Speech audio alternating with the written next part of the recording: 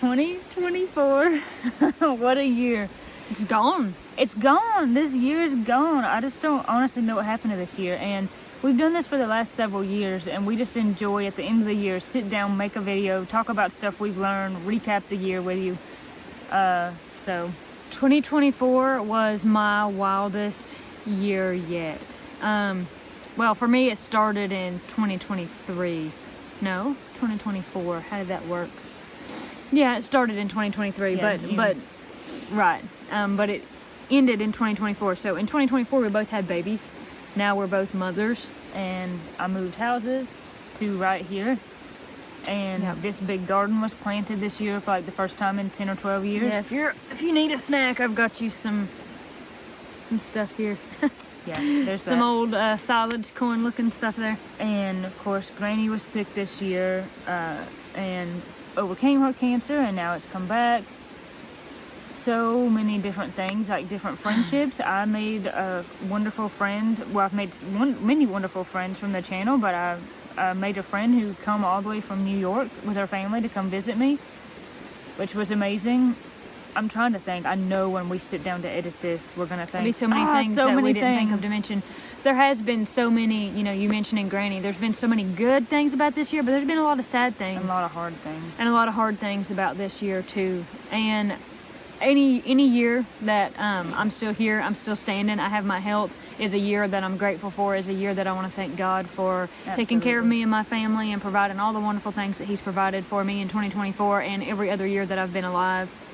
Absolutely. Something, when we think about lessons, we're talking about the physical things that have happened to us or events in the year 2024, but when I think about lessons, I think something that I learned in 2024 was patience and the practical application. We all know what it means to be patient, but then when we plug that into our lives on a day-to-day basis, what does that mean? It means, for me, I guess, this year it's meant being patient in everyday tasks, in everyday events, things that crop up and come to me that I have to deal with. And so it's just a choice, I guess, every day to be patient when you feel your impatience and frustration starting to kind of come out on the horizon where you can see them and they're coming towards you. It's been a choice to everything that I'm faced with. Well, let me just be patient. Let me see if I can come up with a solution for this problem. And then patience as far as there's so many things about life that you just don't know. You don't know yet. Well, why is this happening? I don't know. Having the patience to, of course, the trust and the faith to realize that it's all going to be okay because the Bible tells me so, that good things come for those who love the Lord because we have the Lord. That's where the good comes from. So, I don't know, patience for me, if any of that made sense. So how to plug that into my day-to-day life is something that's happened to me this year for sure. Absolutely. That definitely makes sense. And I feel like I've learned, I feel similar in that I've learned a lot of patience. When we were trying to sell our old house and move into this one, that was tough. It was kind of a crazy thing when it came about. We could list our house and move. Like, I could move back home and we could have a flat yard for Woodrow to play in and a creek for Woodrow to play in, and we could be next to family, but that was tough. Like, we listed in November, and right off the bat, we had a buyer. Boom. And it was great. And then she kind of pulled out at the last minute, like it didn't work, and then it was just crickets. And then every once in a while, we'd have a few people look, but you were getting bigger. Yes, and that was the thing. As that was happening, the bigger I got, and we were coming up to a deadline in April. At the end of April, we moved in April. We closed in April and moved. But we were coming up against a deadline of our contract on our house expiring. And we thought, if it doesn't sell in April, will we relist if I'm due in June? Like, moving, it would be hard being that pregnant. But then what if you had an infant? What if you had a 2-week-old baby? Would you be like, let's move? It'd be hard. People do it. Yeah, they do. I'm sure some of you have done it. But that was such a blessing. Kind of honestly, within maybe 2 weeks of our contract expiring, someone bought the house. And moving 7 months pregnant was a challenge.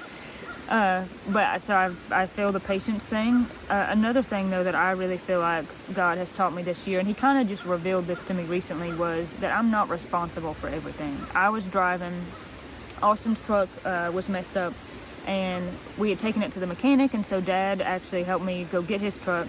And I was driving, and I was like, God, this is like such a nice time for me to just be still, because there's so much chat, so much just like going on in my brain all the time. Instead of listening to the radio, I could just be still.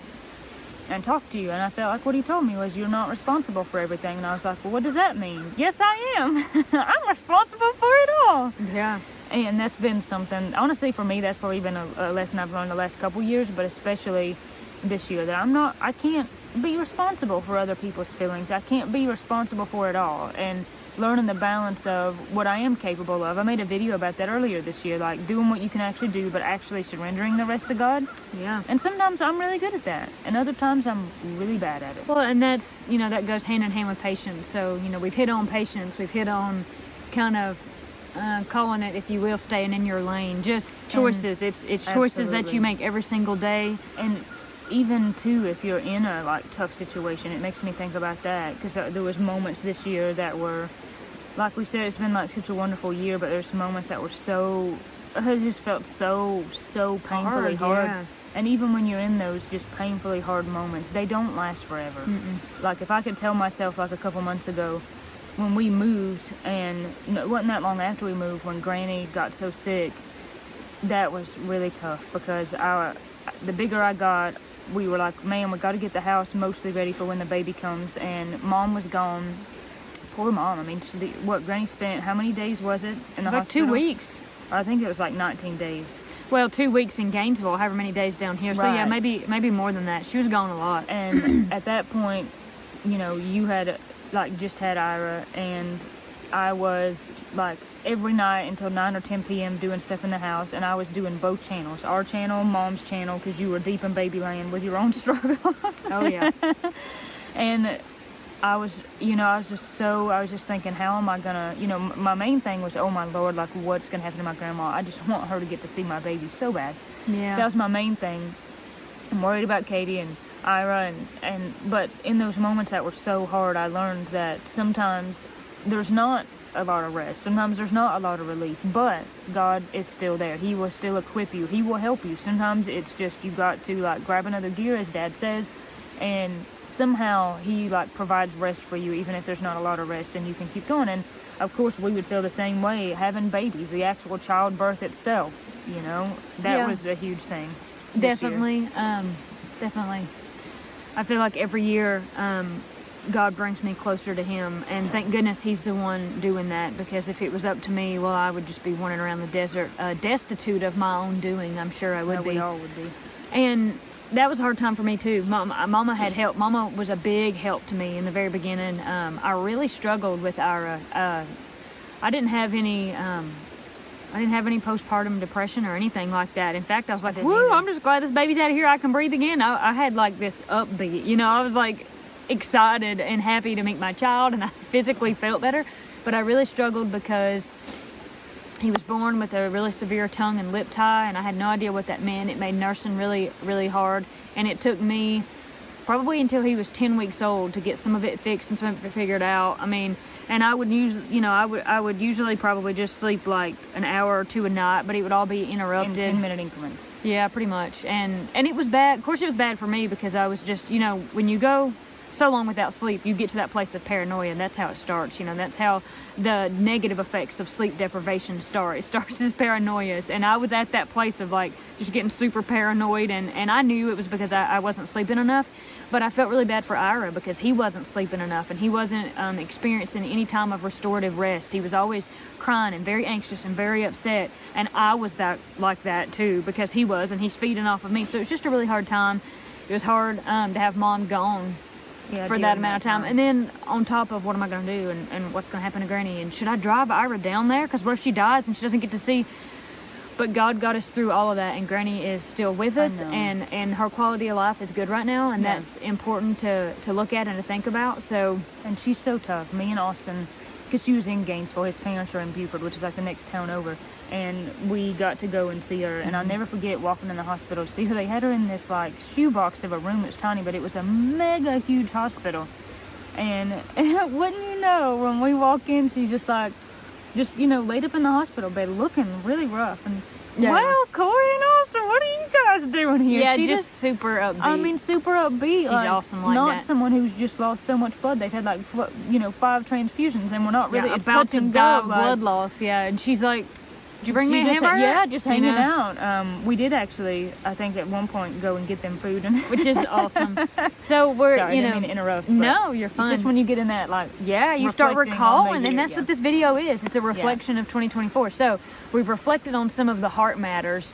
Is there anything, you know, like, so I know that you guys bought a house, bought a car. You bought a car. Not in that order, but had a baby, right? Those are big things. So I'm trying to think of, is there anything, this was super minor compared to that. One exciting thing as far as like physical happenings in 2024, I switched my gas for my torch setup to propane. That's cool. That was a huge deal for me. I've used oxyacetylene since I started, and I don't know, I just decided I was going to switch to propane. A lot of jewelers use propane. It burns not quite as hot, but it burns cleaner, and I thought, I'm just going to make the switch. I've been thinking about doing it forever, and so I did, and that was a huge thanks for my business in 2024.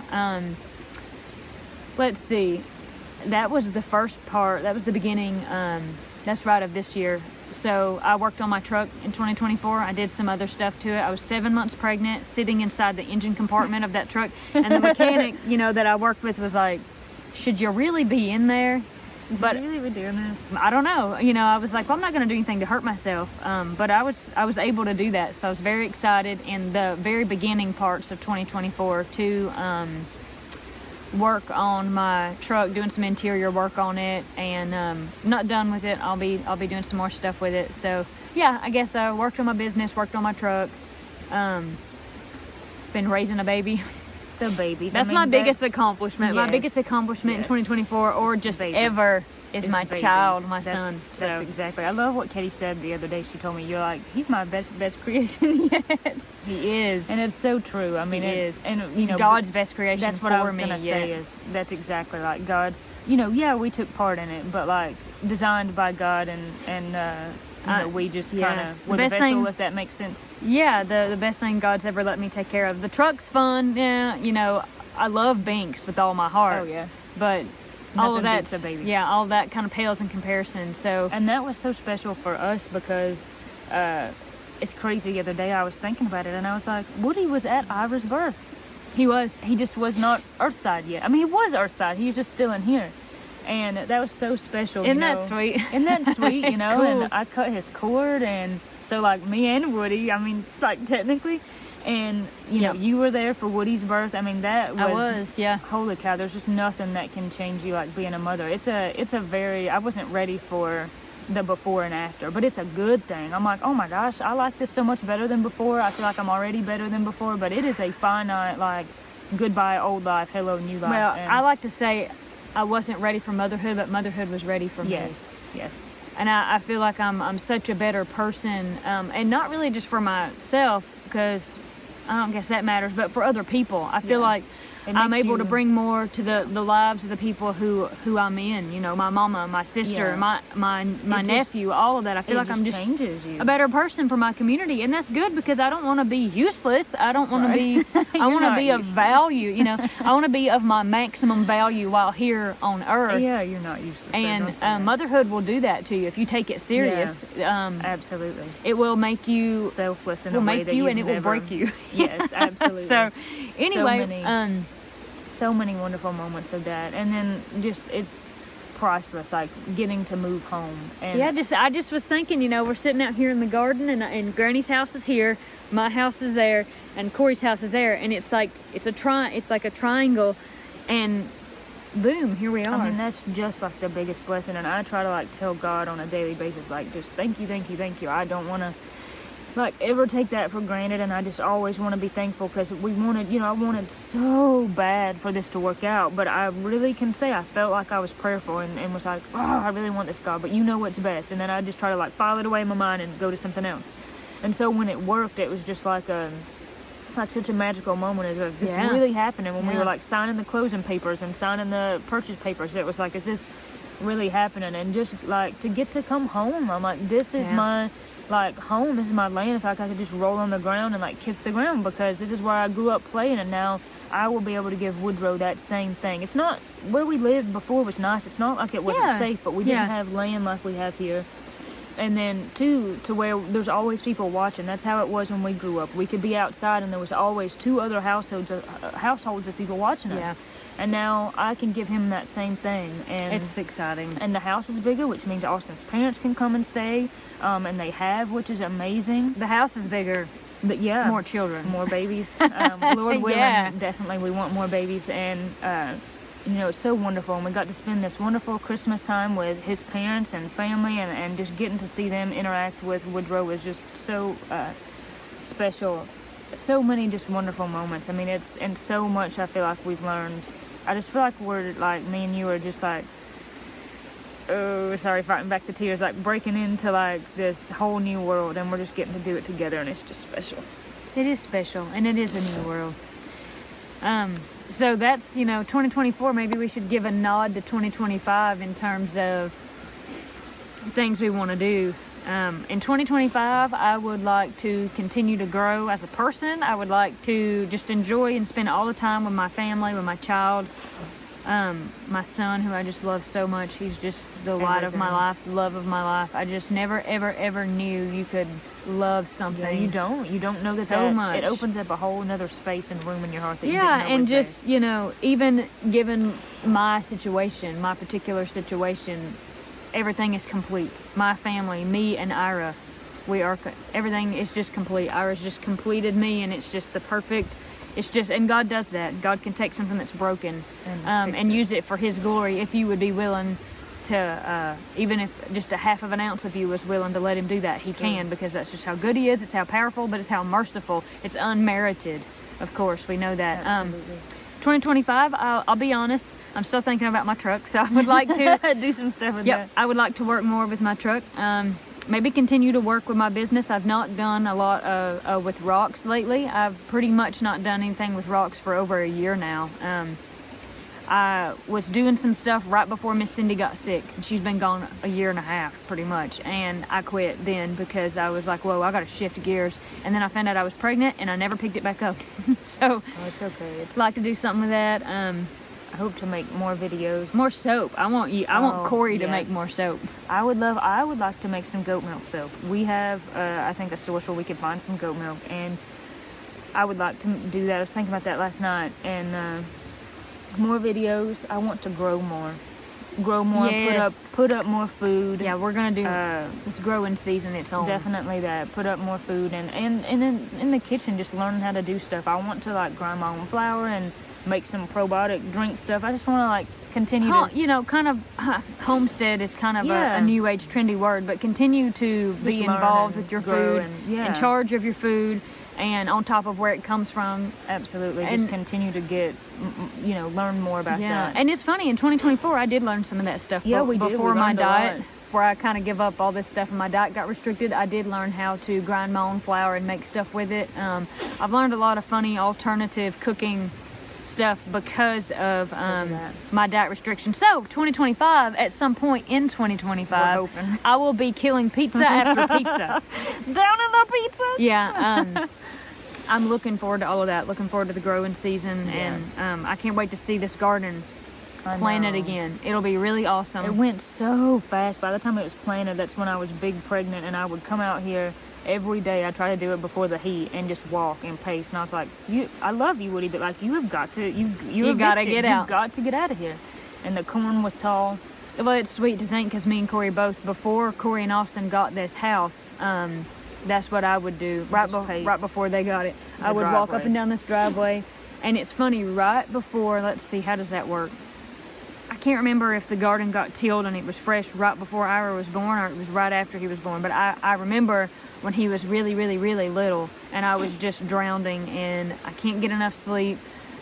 I had all this complication with Ira, and I know what it was now. Of course, it was the tongue tie, the lip tie, and the food allergies, and this baby fight sleep. And it just took me a long time to figure him out. But then I was in the thick of it, and I was drowning, and Dad put me in, I guess, in my car, and he drove me down here. And Ira was probably like a week old. He wasn't old. It was in the very beginning. And the sun was shining, it was warm, and the dirt was what I would call foamy, because it was thick and it had just been tilled. And I took my shoes off and I walked out in it, and I just soaked in the sun, And Dad looked at me and he said, I started to cry and stuff too. He said, I know you're so tired and I know you need a break. So I thought I'd bring you down here and let you walk around in this garden, because I know you used to love to do that when you were little. When you were a little girl, you and Corey both loved that. As soon as the garden was tilled, that was the thing we wanted to do, was just walk around barefoot in it. And so he brought me down here, and I, so sweet. Oh, it was precious. And I just walked around, and I just stood there in the sun, and I was like, you know, man, I'm struggling so bad. I'm so tired, and I'm so overwhelmed, and what's gonna happen, and all this stuff. But it's so funny to think that was just right there, and then all of a sudden I just blink, and you know, like 9 months later, 10 months later almost, here I am with a healthy child. And I know, it's doesn't have to be that way. God just blessed me with it. You know, he didn't have to do that, but he did. So I'm thankful. And the garden, I think, you know, we wanted to choose to do this video here because it's a beautiful day here, even though it's a little cool but nice. It's beautiful, yeah, and sunny, crisp, clear, even though it's winter, it's not very cold. But this is a place of it's very symbolic for me. It's a place of growth, a literal place of growth. A place to grow in the coming year, a place to celebrate the growth that we've had in this last year. So absolutely. I think that about wraps it up, you know, and we'll dry it up and get off here. And I got to go make supper. We'll certainly be catching you real soon. Absolutely. At the next video. We've actually ended up doing a video every day for 2 weeks, and which is funny because we said we were going to take a break. I literally said, Katie, like, let's take a break. And initially it wasn't even really going to be a break. I was like, well, let's just post on like Christmas Eve and Christmas, and then wait until the next week to post. So that's still 2 videos. We do 3 a week. And then we'll do like New Year's Eve and New Year's Day, and then go the next week. But we have posted a video every day for 2 weeks. Well, and what's funny I don't even know how that happened. No, I don't either. We even nodded in one of our videos. Our video posting schedule may change, and that was me thinking, you know, it might be a little different for a break, but I had no idea we were going to ramp it up and do a video a day for 2 weeks. But it worked out. Somehow, just strangely, it was easy to do. And then we got on a streak, and then we're like, well, we just need to like close this loop at a week mark. And I was like, you know, like it had been a week, 7 days. And then I was like, well, we both were like, well, we want to post like on Christmas Eve and okay, well, let me just do a little more, and we're gotta go for 2 weeks. Yeah. So Wednesday will be this coming Wednesday, right? New Year. The new year will be 2 weeks because we started on Christmas Eve, right? Yeah. So or no, we started before that because we had started like that Thursday, and then we ran like we ran like Wednesday, Thursday, Friday, Saturday, and then we were like, okay, well, Sunday. Then we're like, okay, we're like Christmas. Yeah, that's right. So, okay, well, get off here. We got one of these chairs.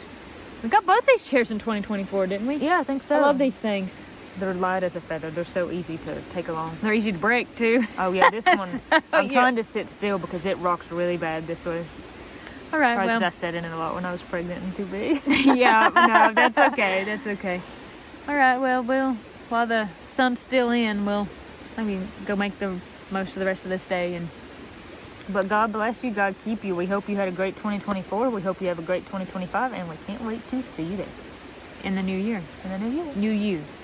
New me. New year. New you. New all of us. That's right. Okay. Bye.